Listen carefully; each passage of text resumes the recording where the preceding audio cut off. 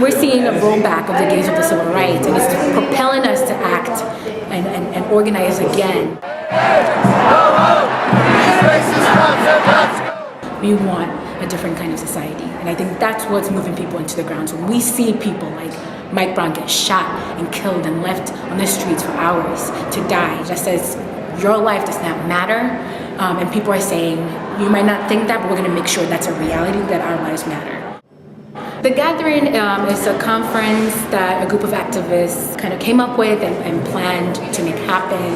The idea was to really, in the context of all these actions happening and this beautiful movement growing, to take a step back and say, well, can we assess the political moment and have discussions about how we can build on it and bring in more people and move towards our goals? How can we define our goals and then move towards it? A lot of different questions are up in the movement, so we wanted to create a space to allow that conversation to happen and to facilitate networking and relationship building and collaboration. We need to start educating everyone. Everyone you see, tell them about something. Tell them about articles that you read. Point them in a direction so that they can educate themselves about this movement. That is a tactic. I like the idea of protest, but I have a problem with protest being the main source or the only source of action. The capitalist power structure is only motivated by one thing, money, which is why I believe that boycotting was such an effective tool. They have these 3 solid demands. They have a coalition working together to fight for these solid demands. How can we link together and find what we agree on simply to move forward? Thanks. While the Black Lives Matter movement has attracted people of all races, many here at the Gathering, including the organizers, believe Black participation and leadership are key.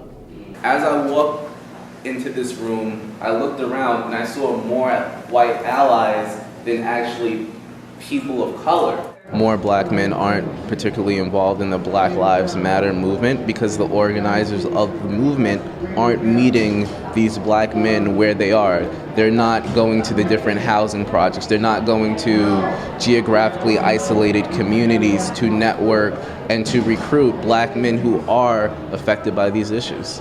I do think that there's a concern about maintaining black leadership in this movement, and that's right.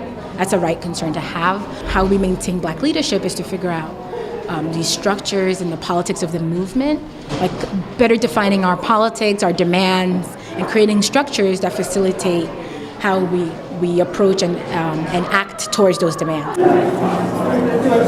I think the Black Lives Matter movement is learning from the Occupy Wall Street movement. We learned something from that. And I think moving forward, we know that we need leadership. We need to develop leadership, but we need to do it in a way that's open, democratic, accountable. So we're trying to get organized, right? And that requires all of us. Like, racism is at the heart of all these different issues, whether it's the housing, healthcare, jobs, whatever. Racism is at the heart of it. If you look at it, there are disparities between blacks and whites around those questions. And so it's about drawing those connections and putting out the perspective that actually it's by addressing and organizing around these issues that we actually grow the movement.